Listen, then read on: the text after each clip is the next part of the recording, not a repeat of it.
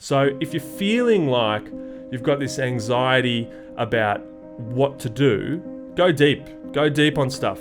Watch longer videos, read longer books, read longer articles, have longer conversations. This isn't a time for shallow engagements with stuff. Whenever there is a viral outpouring of support for something and an issue is brought to the forefront of, I suppose, the collective consciousness or the forefront of the media reporting, immediately after that, there is also always going to be a counter position to that. People that don't agree or people that think that there's something wrong about the way that you're talking about things. In this case, the All Lives Matter people or the people that are talking about if protesting is even missing the point. That's to be expected because, I mean, it wouldn't be an issue if everyone agreed. So you're going to get pushback from people who absolutely don't agree. But then on the sides of people that mostly do agree, you then have almost semantics arguments about who's in charge of what, how we should say this, who should say this. And that becomes very distracting from moving the entire cause forward or moving closer to the outcomes that we want. And I get a lot of calls from people who are going, oh, I want to do something. I'm really revved up about it. I want to get involved. I want to say something. I want to educate some people. I want to do these things. What can I do? Or what should I do? Or should I do this? And as we talk about the information, there's lots of information and there's heaps of posts, lots of people talking about things, lots of people telling you what you can do and what you probably shouldn't do and all this kind of stuff. The tools that people are missing sometimes is the nuance in how to engage with and determine and look at the different kinds of information. So the way that I try to explain it to people is to say that we have a social issue that's at the forefront of everyone's mind at the moment, and that is about the inequalities and injustice suffered by people of colour, obviously kicked off in the States, but then attention has been brought to our own situation here in Australia, which is something that has needed attention for a long time and will continue to need attention for a long time. But it's in the forefront of people's minds now. And we've got this space where we've got two main kinds of conversation. There's the experience conversation and then there's a solution conversation. Now, the experience conversation is where people who have the experience of being one of those people or being a member of those communities gets to speak about, it feels like this. These are my fears and anxieties. These are the things that I deal with. This is the stuff that I've had to endure. These are the opportunities I wish for myself and for the people I care about and for other people that look and sound like me. And that that conversation exclusively has to come from people in the community that's being discussed. So, that we're talking about Indigenous Australians and we're talking about, people of colour in the States who talking about their experience of being those people. On the other hand, we have this solutions discussion, which is about, okay, how do we deal with resolving these issues? How do we bring things forward? How do we bring change about in a way that addresses those concerns and levels the playing field, move towards a equality of opportunity? And how do we make that investment of time and of care and of services and social change and structural change and socioeconomic change? What demographics do we need to take into consideration? All these kinds of things to deliver solutions. Now, that solution piece comes from people who have worked on solutions for a long time. They're the voices of people who understand and know the sophisticated, long-term, broad impacts of all kinds of things. This is a multidisciplinary, multifunctional approach to solving these problems. It's got to be, because they're large social issues that can't be solved with sound bites and single point touch points and, can't be solved in a week at all. So you need those people who know what they're talking about in regards to solutions. Now, they don't have to be the people that have the lived experience of that. They may be people who know people who have had the lived experience. They may be people who've observed that lived experience. They may be people who just started working on solutions because they could see the injustice and they thought, this is no good. We need to do something better and we need to help these people. And not just, we need to do what I think we should do. I just jumped in and I'm giving it a crack, that I'm actually going to invest in the development of these kinds of solutions along the way. When it comes to social issues, people get confused because they think we should intrinsically know the solutions. And what I'm seeing is people are thinking Do I tell stories? Do I talk about stories? Or do I talk about solutions? What should I talk about? I don't know what I should do. I'm one of these people who has not really had skin in the game in either, and I don't know where I should throw my support or how I should deliver that. If we take that same example and we move it away from social issues and we say put it in the medical space, the way I describe it is that if we talk to someone who's had cancer and they talk about their fears and anxieties and the treatments and the difficulties and the things that they dealt with and how tough it was and the hope that they had and the hope they didn't have and what was really bad and what was really good and etc., etc., they have a lived experience of having cancer. The person who is delivering the treatment for the cancer, the oncologist, is someone who has spent 15 years at school or in practice, developing the skill set and the knowledge to deliver the treatment to treat the cancer. That person may or may not have had cancer, and for whatever reason they got engaged in this solution delivering, it sort of doesn't really matter. They're still the person who is best placed to talk about solutions. And the best oncologists will have had and have ongoing conversations with people who have cancer. It's not a separate thing. You can't be an oncologist and never interact with people who have cancer. In the same way that you can't have solutions for social impact outcomes without engaging with people who you're trying to help.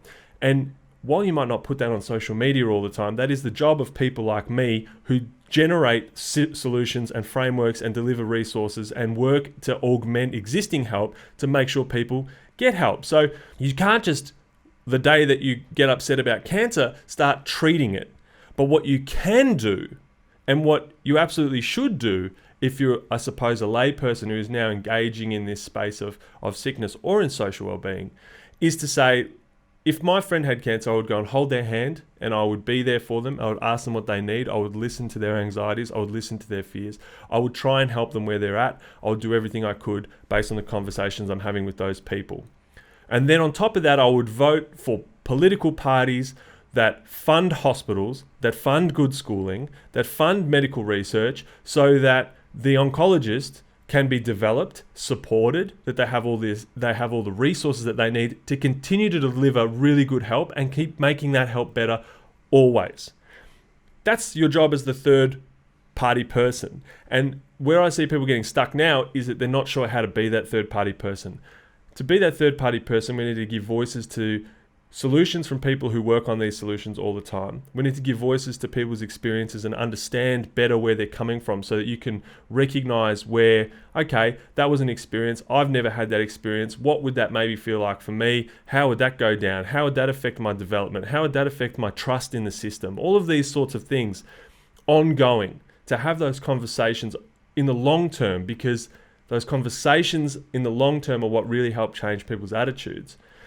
And take the pressure off seeing an issue and thinking, geez, I've got to know how to fix it right away. You don't see someone who's sick and think, geez, I've got to be a doctor right away. And if you're inspired to be a doctor, amazing, but you still have to start at the beginning and work your way through medical school and do all that kind of stuff. Solving complex social issues is at least that complicated, takes at least that long, if not longer, because it's a little bit more multidisciplinary than specialty medical treatments, and the environment of learning isn't as rich as it is not as rich in social outcomes as it is for medicine, because a lot of social impact outcomes are not measured at the outcome end, they're measured at the output end and then sort of left hanging. So if you're feeling like you've got this anxiety about what to do, don't stress about whether or not you have a story to tell if you don't, and that's okay. And don't stress about like that you can't relate to a particular kind of challenge in a community that's at the moment at the forefront of the consciousness, and think that that means that your own struggles don't count for anything. They do, but it's just not what we're talking about at the moment. And don't think I've got to work out a solution. You don't have to work out a solution. Just think, how can I look after the people nearby? How can I vote for people that care about people? Because in the end, those conversations, the conversations about who you're voting for, why you're voting for them, what they should care about, they are difficult conversations, but they are huge levers in addressing these inequalities and speaking to your members, your local members, and voting for parties that care and voting for members that care and promoting those sorts of things are really important. But also promoting people that are working on solutions outside of when it's in the public eye is really, really important too, because those voices, in the same way that, we listen to Charlie Teo when it comes time to talk about brain surgery, we need to listen to those voices when it comes time to talk about how we deal with the complex nature of long-term systemic social change. Take the bit of pressure off. It's okay. It's better to show up at 10% for 20 years than to show up for 100% for one day, regardless of what social change you're trying to make. Take the time to learn and take the pressure off that learning time. It takes a long time. It takes a lot of engagement. It takes a lot of questions, and it takes a lot of conversations. That's okay. The fact that you show up and care at all is amazing, and it's wonderful, and we want to keep it going. But I don't want to see people burning out from the pressure of having to pick which thing they're going to do. And I don't want to see people burning out by getting in arguments constantly with people that they largely agree with. If you largely agree with someone and there's a couple of semantics you don't like, don't worry about it. Move on to the people who you don't agree with at all and get them to agree with you a little bit, rather than try and find someone who agrees with you 90% and try and squeeze that extra 10% out of them. That doesn't really drive the kind of change we're looking to drive here. You need to find someone who doesn't agree with you at all and get them to agree with you a little bit. And that might take 15 conversations. It might take 50 conversations. It might be your parents. It might be your close friends. Those are the conversations in the long term that matter. And when you have them regularly, you get better at them. And that's important too. So guys, show up however you can, but show up in the long term. Take the pressure off yourself right now to just go at it 100% for a short period of time, and put the pressure on yourself to just keep showing up and keep it going for a long period of time. That's what matters. Go deep. Go deep on stuff. Watch longer videos, read longer books, read longer articles, have longer conversations. This isn't a time for shallow engagements with stuff. This isn't a time for sound bites. These are deeply ingrained long-term social concerns. We need to address them with the level of depth relative to the level of change that we need to make. Just get stuck in. It's all good. Keep looking after each other, keep caring, keep learning, keep asking questions, keep learning how to ask better questions. Make sure that we're on the same page to make sure everyone gets the help that they need, when they need it, for as long as they need it, regardless of how they come to need it, and meet people where they're at and bring them up. Quality of opportunity is something we work on every single day. And we need your help, as do many other people. So pay attention, show up for the long term, and let's get it done. And of course, just be nice.